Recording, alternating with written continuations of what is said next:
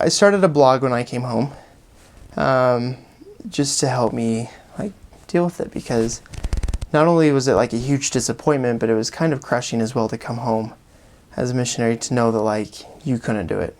You couldn't do what thousands of other people do all the time.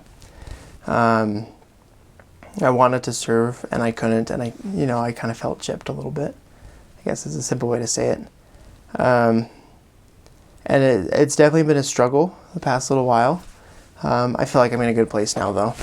But it was definitely a struggle coming home and feeling like, was I not faithful enough? Did I not work hard enough that I wasn't worthy to be healed? That, I wasn't able to overcome my illnesses to let me serve. And it's definitely like put doubt in my mind occasionally. Did I do what the Lord wanted me to do? Did I serve a mission like He wanted me to? Did I fulfill my priesthood obligations? Like all these things. But as I've continued to draw closer to Heavenly Father, as I continue to pray, as I read the scriptures, I go to the temple, I'm able to still feel peace in the Spirit, which helps me to know that like I'm still doing what He wants me to do, and I'm still on the right path. I feel like there's a lot of times that missionaries come home early from their missions, and they definitely feel judged or mistreated by other members. A lot of people just want to be left alone. There's a huge stigma that you can't ask what happened, you can't talk about it. And I felt like I definitely made sure that when I came home I did talk about it. I let everyone know what was happening. I let people know where I was in my treatment. I let people know exactly what disease I had, what the illness was called. And that transparency allowed me to not feel the guilt and the shame that I think a lot of people do feel.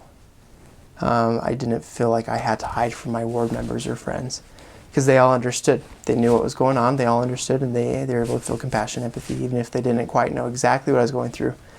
They were able to try and relate, which helps them to feel comfortable and help me to feel more comfortable too.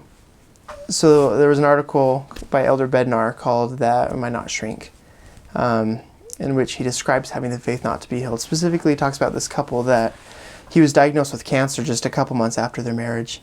And he went and met with them in the hospital, and he was talking to them, and they asked for a blessing. So he was going to give them a blessing, but he wanted to discuss some things with them first. And he asked them, he said, "Do you have the faith not to be healed?" Meaning that if it is not God's will that you overcome your cancer, that you have the faith to move on from this life, and that his wife would have the faith to continue on faithful to our Heavenly Father, even though their prayers were not answered.